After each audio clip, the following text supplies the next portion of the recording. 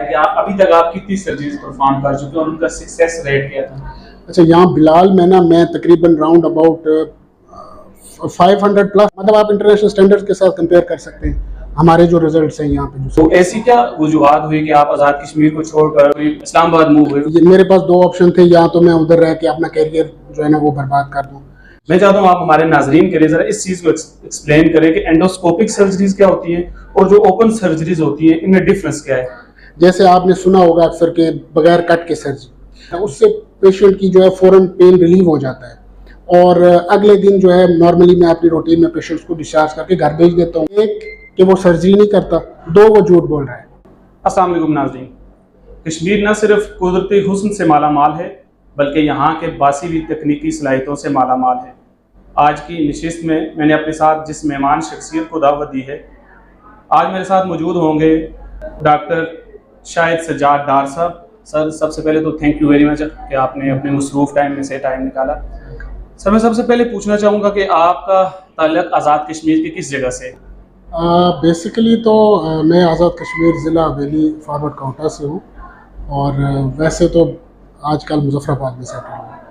अच्छा सर, जहाँ तक मेरी मालूमात हैं, आपने अपने कैरियर के इब्तदाई टाइम जो है वो मुजफ्फराबाद में और आज़ाद कश्मीर की मुख्तलिफ जगह पे जो है वो सर्व किया है। तो ऐसी क्या वजूहत हुई कि आप आज़ाद कश्मीर को छोड़कर मुजफ्फर मूव हुए और आप अभी यहाँ पे परफॉर्म कर रहे हैं?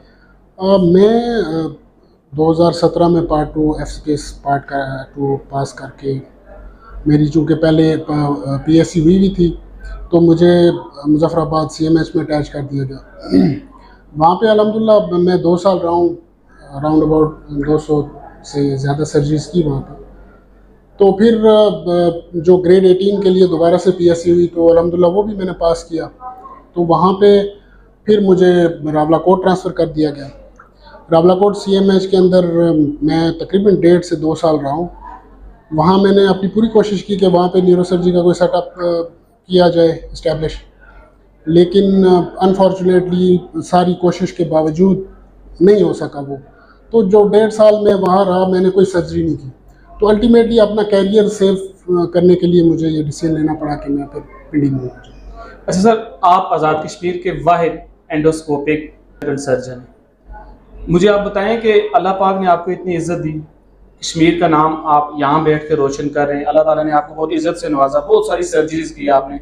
मैं आपके बारे में इंफॉर्मेशन ले रहा था, बहुत सारे पेशेंट आपके मुझे मिले जो आपको हाईली रिकमेंड करते हैं। तो ये इस्लामाबाद में बड़े बड़े सर्जन, हाईली क्वालिफाइड लोग बैठे हुए होते हैं, लेकिन लोग उस तरह सेटिस्फाइड नहीं है। आप आज़ाद कश्मीर छोड़कर यहाँ मूव हुए, इसके पीछे क्या रीज़न थी? आप क्यों आज़ाद कश्मीर से मूव हुए इस्लामाबाद? जैसे कि मैंने आपको बताया ना कि कोई भी बंदा कोशिश ये करता है कि वो अपने लोगों को सर्व करे, और मैंने भी पूरी कोशिश की है अपनी ईमानदारी के साथ। बट अनफॉर्चुनेटली हालात व वाक़यात इस तरह के हो गए कि वहाँ पे मैं अपना, मेरे पास दो ऑप्शन थे, या तो मैं उधर रह के अपना करियर जो है ना वो बर्बाद कर दूँ, या फिर एटलीस्ट मैं ऐसी जगह मूव हो जाऊँ जहाँ मैं लोगों का कोई के काम आ सकूँ, कोई सर्जरी कर सकूँ। तो यहाँ पे भी अगर आप देखेंगे तो मैक्सिमम मेरे पेशेंट जो होते हैं इधर बिलाल हॉस्पिटल में भी, वो भी सारे आज़ाद कश्मीरी के होते हैं। और फॉर्चुनेटली यहाँ पे अच्छी बात यह है कि यहाँ पे हेल्थ कार्ड पे सारी सर्जरीज, मतलब ब्रेन की, स्पाइन की, जो कन्वेंशनल होती हैं ओपन सर्जरीज, एंडोस्कोपिक सारी सर्जरीज अल्हम्दुलिल्लाह हम यहाँ पे कर रहे हैं। और वो हेल्थ कार्ड पे मोस्ट जो पेशेंट होते हैं वो नॉन अफोर्डिंग और उनको फ्री ऑफ कॉस्ट पड़ती है। तो इस वजह से मैंने ये सोचा कि शायद अल्लाह ताला ने मुझे सबब बनाना था इधर, इसलिए मैं आ गया। सर्कमस्टांसेस ऐसे बन गए कि मजबूरन मुझे डिसीजन लेना पड़ा यहाँ। अच्छा सर, मैं चाहता हूँ कि आप हमारे देखने वाले जो नाजरीन हैं, जैसा कि मुझे नहीं पता कि एंडोस्कोपिक सर्जरीज क्या होती है। हमारे यहाँ तो वो कंसेप्ट बना हुआ है कि भाई रीढ़ की हड्डी का ऑपरेशन नहीं करवाना वरना आप पैरालाइज हो जाएंगे। मैं चाहता हूँ आप हमारे नाजरीन के लिए ज़रा इस चीज़ को एक्सप्लेन करें कि एंडोस्कोपिक सर्जरीज क्या होती है और जो ओपन सर्जरीज होती है इनमें डिफरेंस क्या है। अच्छा, एंडोस्कोपिक सर्जरीज अगर न्यूरो सर्जरी के हिसाब से मैं बताऊँ ना, ब्रेन की भी होती हैं और स्पाइन की भी होती हैं। जैसे आपने सुना होगा अक्सर के बगैर कट के सर्जरी, ब्रेन के कुछ ट्यूमर्स होते हैं, कुछ पैथोलॉजीज होती हैं ना, जो जिसको हम कहते हैं स्कल बेस, या इधर दिमाग के नीचे वाले हिस्से में होती हैं। उनको हम नाक के ज़रिए, नॉर्मल नाक के सुराख है, इन्हीं के ज़रिए जाके उनको निकालते हैं, मतलब बाहर से आपको कोई कट नहीं लगता। अब जहाँ तक स्पाइन की बात है, स्पाइन में एंडोस्कोपिक का मतलब ये होता है कि जो ओपन सर्जरी होती है ना, उसमें एक लेवल की है, 2 लेवल की है, डिपेंड करता है उसमें दरमियान में काफ़ी सारा बड़ा एक कट लगता है या इंसिजन लगता है, किसी में 5 स्टिच लगते हैं, किसी में 10 लगते हैं, डिपेंड करता है कि कितने लेवल की सर्जरी है। जो एंडोस्कोपिक का फ़ायदा वो ये है कि उसमें अगर सपोज एक लेवल की डिस्क है, जैसे एक बंदे को एक साइड पे शियाटिका हो रहा है, जो डिस्क की वजह से दर्द टांग में जाता है उसको शियाटिका कहते हैं, तो हम क्या करते हैं कि उसमें जस्ट 1.5 सेंटीमीटर का इंसिजन होता है या इससे भी कम बाजुकात होता है, उसके ज़रिए जाके और मोरे का वही हिस्सा उतारते हैं जिसको लेमिना कहते हैं, और उसमें भी छोटा सा एक समझ लें सुराख किया जाता है ड्रिल की मदद से, जिसको लेमिनोटमी कहते हैं। मीन्स कि मोरे का वो जो लेमिना जो ओपन सर्जरी में पूरा या आधा उतारा जाता है, इसमें जस्ट उसमें भी सुराख किया जाता है और उस जगह पे पहुंचा जाता है जिस जगह पे डिस्क स्लिप हुई होती है, और उस पोर्शन को हटा दिया जाता है। उससे पेशेंट की जो है फ़ौरन पेन रिलीव हो जाता है, और अगले दिन जो है नॉर्मली मैं अपनी रूटीन में पेशेंट्स को डिस्चार्ज करके घर भेज देता हूँ। उसमें एक तो इंसिजन भी छोटा होता है, फ़ौरन जो है ना अपने काम में भी वापस आ जाते हैं, और दूसरा ये है कि दर्द वगैरह भी फ़ौरन ठीक हो जाता है। जहाँ तक बात है कॉम्प्लिकेशंस की, तो नॉर्मली तो अल्हम्दुलिल्लाह जो कॉम्प्लिकेशन लोग समझते हैं कि बंदा पैरालाइज हो जाता है या बेड रिडन हो जाता है, वो लेस देन 1% होते हैं चांसेस। और अल्हम्दुलिल्लाह अल्लाह ताला का शुक्र है कि हम रूटीन में यहाँ पे सर्जरीज कर रहे हैं, और दूसरे दिन पेशेंट डिस्चार्ज होकर घर चले जाते हैं। अच्छा सर, जो एंडोस्कोपिक सर्जरी होती है और दूसरा ओपन सर्जरी में, जो ओपन सर्जरी वाला पेशेंट है वो कितना टाइम लेता है रिकवर होने में, और एंडोस्कोपिक वाला जो पेशेंट है वो कितना टाइम लेता है रिकवरी में? बिल्कुल, जैसे कि मैंने आपको कहा कि ओपन सर्जरी पे तो डिपेंड करता है लेवल्स कितने हैं, उसके हिसाब से उसकी रिकवरी भी। ओपन सर्जरी में ये होता है कि सारे जो मसल्स होते हैं, जो पट्टे होते हैं, वो खोल के आप जाते हैं नीचे, फिर मोरे का पोर्शन भी जो हटाया होता है उस पर डिपेंड करता है कि पेशेंट, नॉर्मली ये होता है कि अगर जैसे एक लेवल की लेमिनेक्टमी ओपन की है तो फुली रूटीन में वापस आने के लिए इवन 4 वीक्स 6 वीक्स भी लोगों को लग जाते हैं। ठीक है। जो एंडोस्कोपिक सर्जरी है इसमें मैंने आपको बताया ना कि एक दिन के बाद, मतलब 12 घंटे 18 घंटे के बाद तो पेशेंट डिस्चार्ज होकर घर चला जाता है और चल फिर के जाता है, चलना फिरना शुरू हो जाता है। और बाकी डिपेंड करता है, हर पेशेंट पे वेरी करता है। मीन्स के अगर 7 डेज 10 डेज के बाद उसका एक स्टिच होता है वो भी खुल जाता है, और 2 वीक्स में वो नॉर्मली जो है ना प्रॉपर अपनी रूटीन में आ जाता है। आपका ताल्लुक आज़ाद कश्मीर से, यकीनन वहाँ के लोग पहले मुस्तैक हैं आपके कि वो आपसे ट्रीटमेंट ले सकें, क्योंकि जो लोग मुजफ्फराबाद से, पूरे आज़ाद कश्मीर से, रावलाकोट से ट्रैवल करके यहाँ आते हैं, उनके लिए यहाँ पे एक्सपेंस मीट करना बहुत मुश्किल हो जाता है। तो मैं चाहता हूँ कि आप हमारे नाजरीन को बताएं कि आप अगर कश्मीर में बैठते हैं किस किस दिन बैठते हैं और किस किस जगह पे बैठते हैं? अच्छा, फॉर्चुनेटली मैं तो अल्लाह ताला का बड़ा करम समझता हूँ, जब से मैं पिंडी आया हूँ यहाँ पे बिलाल हॉस्पिटल में, तो यूँ समझ लें आज़ाद कश्मीर के तीनों डिवीज़न कवर हो गए। पहले ये होता था कि मैं मुजफ्फराबाद हूँ तो मुजफ्फराबाद डिवीज़न या थोड़ा सा जो पुंछ डिवीज़न है उसमें, फिर मैं रावलाकोट गया तो सिर्फ पुंछ डिवीज़न था। अब पिंडी में ये होता है कि मेरे पेशेंट्स अब पूरे AJK से आते हैं यहाँ पे, तो जो मैं प्रैक्टिस करता हूँ, मैं चूँकि वीकेंड पे मुजफ्फराबाद जाता हूँ, घर वहीं पे है, फैमिली वहीं पे है, तो सैटरडे को मेरी क्लिनिक वहाँ पे होती है मुजफ्फराबाद में, उस्मान प्लाजा में, सैटरडे वाले दिन। और मैं 2 हफ्ते बाद रावलाकोट भी जाता हूँ, क्योंकि मैं रावलाकोट 2 साल रहा हूँ, और वहाँ से मेरा अल्हम्दुलिल्लाह काफ़ी पेशेंट हैं जो पूरे उस डिवीज़न को कवर करते हैं।